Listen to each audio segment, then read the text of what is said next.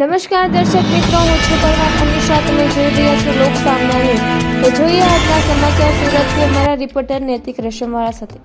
સુરતમાં સ્થાનિક સ્વરાજ્યની ચૂંટણીમાં કોંગ્રેસને ઉમેદવારોને ભાજપ દ્વારા ફોડવાનો પ્રયાસ કરાઈ રહ્યો હોવાના આક્ષેપો વચ્ચે સુરત કોંગ્રેસ પ્રમુખ વિપુલ ઉધનવાળાએ પોલીસ પર પણ આક્ષેપો કર્યા હતા અને સુરતમાં પોલીસ ભાજપની કામગીરી કરતી હોવાના આક્ષેપ કરવાની સાથે તમામ ઉમેદવારો સુરક્ષિત હોવાનું અને કાર્યકરોના સંરક્ષણમાં ગ્રુપ મીટિંગ કરતા હોવાનું જણાવ્યું હતું.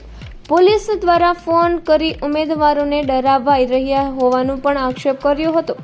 ઉમેદવારોને સુરત નજીકની રિસોર્ટમાં લઈ જવાયા હોવાનું કહેવાય છે. લોકસભાની ચૂંટણીમાં કોંગ્રેસના ઉમેદવાર ફૂટી જતા ભાજપ બિનહરીફ ચૂંટાયું હોય જેને લઈ ભૂતકાળમાંથી બોધપાઠ લેતા કોંગ્રેસે રણનીતિ બનાવી હતી. સાંભળો વિપુલ ઉધનવાળાએ શું કહી રહ્યા છે. જે રીતે છેલ્લા 2-3 દિવસથી ફોર્મ ભરાયા ત્યારબાદ પોલીસ અમારા ઉમેદવારોને ફોન કરી રહી છે. જે રીતે એસઓજીએ ફોર્મ ભરતી વખત આખો મોટો સ્ટાફ લઈને એસીપી ડીસીપી એસઓજીના તમામ લોકો સાદા ડ્રેસમાં આવી અને ચૂંટણી પંચની કોઈ પણ કોલ વગર તેઓ ત્યાં હાજર રહ્યા. ઉમેદવારોની સાથે જે રીતનું વર્તન કર્યું, હથિયાર, દંડા અને લોકોને ઉમેદવારોને ધમકાવવા માટેની તમામ પ્રયત્નો કર્યા ને હવે પછી કેમ પ્રકારે તેઓ ફોન કરી રેકી કરી પ્રાઇવેટ વાહનોમાં ફરી રહ્યા છે. અને આ અધિકારીઓ છેલ્લા 5 વર્ષથી ઉપરથી અહીંયા નોકરી કરી રહ્યા છે. બીજા બધા અધિકારીઓની બદલી થઈ ગઈ, એ લોકોને આચારસંહિતાનો નિયમ પ્રમાણે એ લોકોની બદલી થઈ. આ લોકોની કેમ નથી થતી? કારણ કે આ સરકારી મશીનરી છે. સરકારી મશીનરી એટલે કે નેતાઓના ઈશારે ચાલતા અધિકારીઓ વિરોધ પક્ષના મતને દબાવવા માટે, કચરવા માટે, લોકતંત્રને ખતમ કરવા માટે આ પ્રવૃત્તિ કરી રહ્યા છે. તેની સામે કોંગ્રેસ પક્ષ પોતાની તમામ પ્રવૃત્તિ કરી રહી છે અને એ પ્રવૃત્તિના ભાગરૂપે અમે અમારા ઉમેદવાર, અમારા કાર્યકર્તાઓનું રક્ષણ કરી રહ્યા છે અને એ રક્ષણમાં અમે પ્રચાર કરી રહ્યા છે.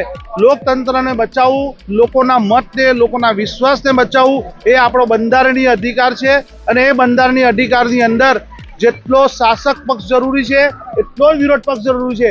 પણ આ ભારતીય જનતા પાર્ટી વિરોધ પક્ષને ખતમ કરવા માંગે છે. એટલે હું કેવું એ જ હું મારું ચાલે એટલું જ.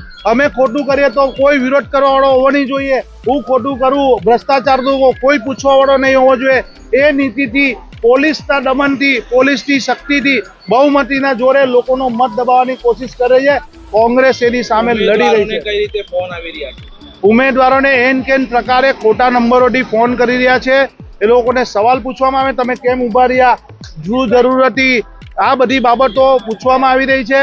તમારે આ કરવાની છે, તમે ખબર છે કોણ ઊભું રહ્યું તમારી સામે, તમે એની સામે ઊભા રહેવાના છો. આવા બધા ફોનો આવી રહ્યા છે. અને આ જે ધંધો જે હોમ મિનિસ્ટર અને સરકારના તત્વો જે વર્ષોથી જે એમની ઓફિસથી બહાર ચા પાણી ગ્લાસનું કામ કરતા છે એ લોકોને આજે કામે લગાવ્યા છે. કઈ જગ્યાએ હાલ ઉમેદવારો રાખ્યા છે? અમારા ઉમેદવાર તમામ વોર્ડમાં સુરક્ષિત અમારા કાર્યકર્તાઓના અંદરમાં છે. તેઓ પ્રચાર પણ કરી રહ્યા છે. ચા નાસ્તો મસ્ત રીતે ગ્રુપ મિટિંગો અને ફોન દ્વારા પ્રચાર કરી રહ્યા છે. એની અંદર કોઈ જાતનું કોઈ એવું નથી. પણ રક્ષા કરવી એ કોંગ્રેસ પાર્ટીની ફરજ છે. અમારા ઉમેદવાર, અમારા સાથીઓ, અમારા કાર્યકર્તાઓને શક્તિ અને બળ આપવું અને તેઓને મેદાનમાં રાખવા, એને ફાઇટરની જેમ લડાવવા એ કોંગ્રેસ પાર્ટીનું કામ છે. કારણ કે લોકતંત્ર બચાવવું છે, લોકોનો મત બચાવવો છે.